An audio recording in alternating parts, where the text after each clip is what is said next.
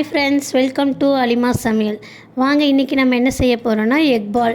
அதுக்கு தேவையான பொருட்கள் 3 முட்டை, 2 பெரிய வெங்காயம், கொஞ்சம் கொத்தமல்லி, கொஞ்சம் கருவேப்பிலை, தனி மிளகாய்த்தூள், மஞ்சள் தூள், பெப்பர் பவுடர், பட்டை ஏலக்காய் பவுடர், சால்ட், ஒரு துண்டு தக்காளி. இதெல்லாம் தேவையான பொருட்கள். வாங்க எப்படி செய்யலான்னு பார்க்கலாம். பெரிய வெங்காயத்தை பொடியாக கட் பண்ணி வச்சு அதில் 3 முட்டையை உடச்சி ஊற்றி அது கூட இப்போ நம்ம எடுத்து வச்சுருந்த பொடியெல்லாம் போட்டு மிக்ஸ் பண்ணணுங்க. தக்காளி நல்லா பொடியாக கட் பண்ணியிருக்கணும்.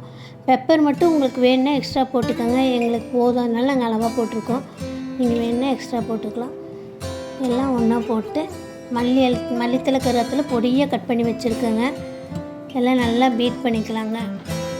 ஃபுல்லாக எல்லாம் ஒன்றா கலந்து விட்டுருங்க. அப்போ தான் சூப்பராக இருக்கும். நல்லா கலந்து விட்டுட்டு ஒரு பணியாரக்கல்லை வச்சு அதில் எண்ணெய் ஊற்றுங்க.